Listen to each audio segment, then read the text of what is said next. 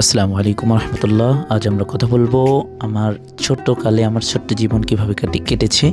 এটা চিরচেনা সেই গ্রামের দৃশ্য, সেই রাস্তা যেখান থেকে আমি মাদ্রাসায় পড়তে যেতাম।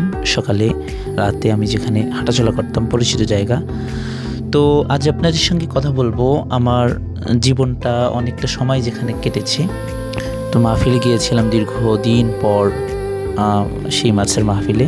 এটি হচ্ছে আমাদের ভাগনা, ওদের সাথে ছবি তুললাম।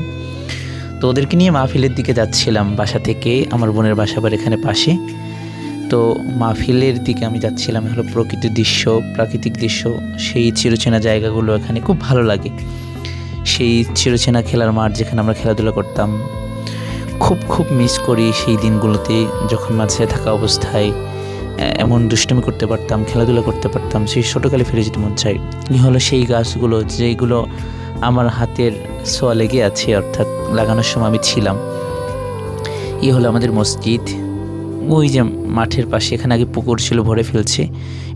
এটা পাশে মাছের খামার আছে। তো একটা পুকুর ছিল, এটা ভরে ফেলছে। এখানে আগে অনেক কিছু লাগাতাম, নারকেল গাছগুলো আমি লাগিয়েছি। তো এটা হচ্ছে ধান পেকে গিয়েছে এখানে।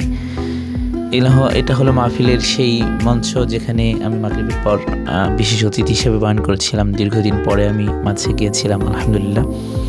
সেই চিরচেনা সেই জায়গাগুলো খুব মিস করি।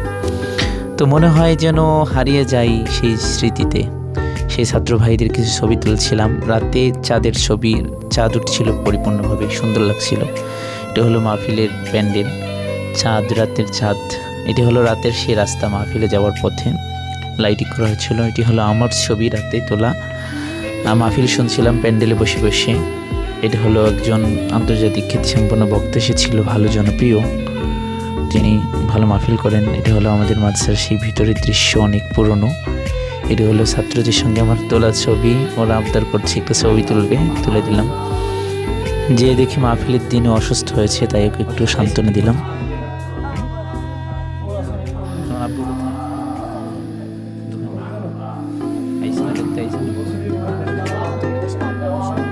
বাসায় গেছিলাম,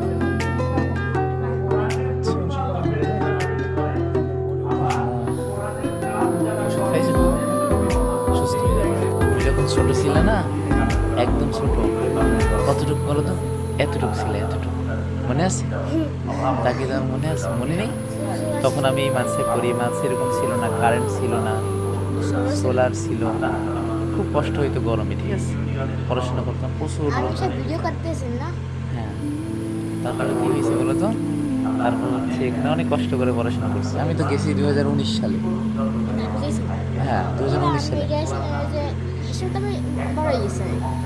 2019 সালে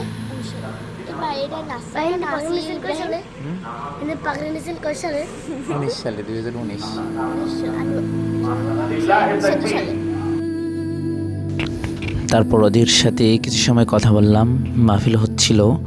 তো ওরা অসুস্থ দেখে ওদেরকে একটু সান্ত্বনা দেওয়ার জন্য ভিতরে এসে একটু ওদের সাথে কথা বলছিলাম। ওদের জ্বর হচ্ছিল, বিভিন্ন কথা জিজ্ঞেস করলো ছোটোকালের, যেগুলো বাচ্চারা জিজ্ঞেস করে, ভালো লাগে ওদের কাছে শুনতে।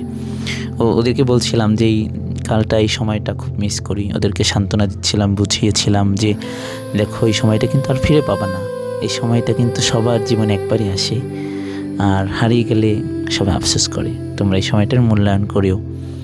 আমরাও এই সময়টার খুব মূল্যায়ন করি, সময়টাকে মিস করি। এই কথাগুলো ওদেরকে বলছিলাম। সময়টা ভালোই কাটছিল। এটাই হচ্ছে আমাদের জীবন, আমাদের বাস্তবতা। যেখানে আমরা লেখাপড়া করি সেটা অতীত হয়ে যায় সময়ের সাথে সাথে। অথচ যখন পড়াশোনা করি তখন মনে হয় যে সময়টা কেন যাচ্ছে না, দ্রুত যাচ্ছে না। তারপর ওর ছবি তুললাম। খুব ভালো একটা ছেলে, শান্ত ছেলে, কথা শুনে। তো তারপরে হচ্ছে আবার পাগড়ি দিয়েছিল 2জন ছাত্রকে।